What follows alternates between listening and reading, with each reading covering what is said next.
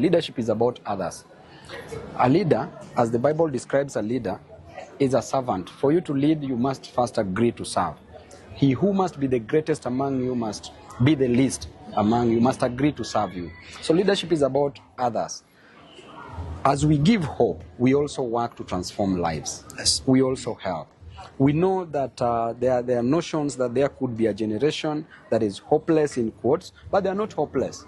All these people are created in God's own image. All these people have a vision and they have a mission in life.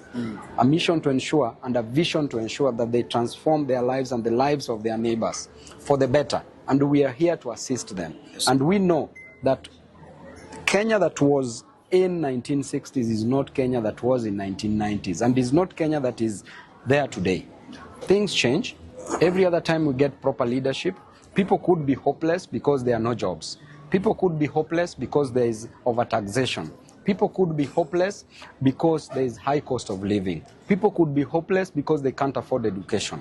But there is always hope, and the hope is the Almighty God. You can never delink politics from economic development. The role of politics in economic development, they are like twins. Because there is the process of electing a leader who controls the resources, who eventually grows an economy. So these two things are twins. Everybody in this country, anybody who goes to cast a ballot is a politician. That is a political process that they are engaging in, which means that they are all politicians.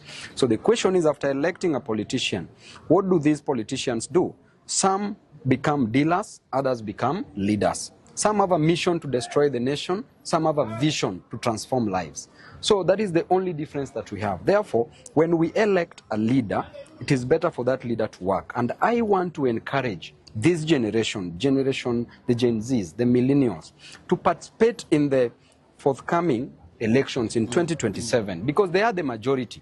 They add up to 65 to 70% approximately of the Kenyan population. That means that they can produce a president among themselves. They can produce any governor to the MCA seat. So do not just participate by voting, but also participate by going for these elective seats. And that is what we are going to encourage. And I always say that if you are not on the table, break that table. But you remember, Jesus was also breaking a table in church when people brought nonsense in the church. That is the spirit. Actually, as we speak, I will wait for the decision of the people. As at now, I'm spoiled for choice. As I always say, Pasi, by the grace of God, leaders are chosen by God. Yes. And as at now, we overqualify to be the president of the Republic of Kenya. It is only Babo Owino who can beat Ruto squarely. Squarely by a day before elections. Wachana na ile watu nasemanga asubuhi. Ini a day before elections tunaweza mwangusha. Ama vipi mrembo? Unaona huyu ni voter wangu ashakubali. Then we are also overqualified to be a governor of Nairobi and also to be a member of parliament. But the most important thing is service to the people. It's not just the electoral process. It's what do you do after being elected? After being elected as Babo Owino, my intention is to work for the people. Because I've gone without food, I know what it is to lack food. If you tell me that you are sleeping hungry, I know what it is because I've gone without food. If you tell me that your child lacks school fee, I know what it is to lack fee because at some point I lacked. Therefore, the kind of leadership that I want in myself at whichever position that I will vie for in 2027, that shall be guided by the Almighty God. I shall work for the people.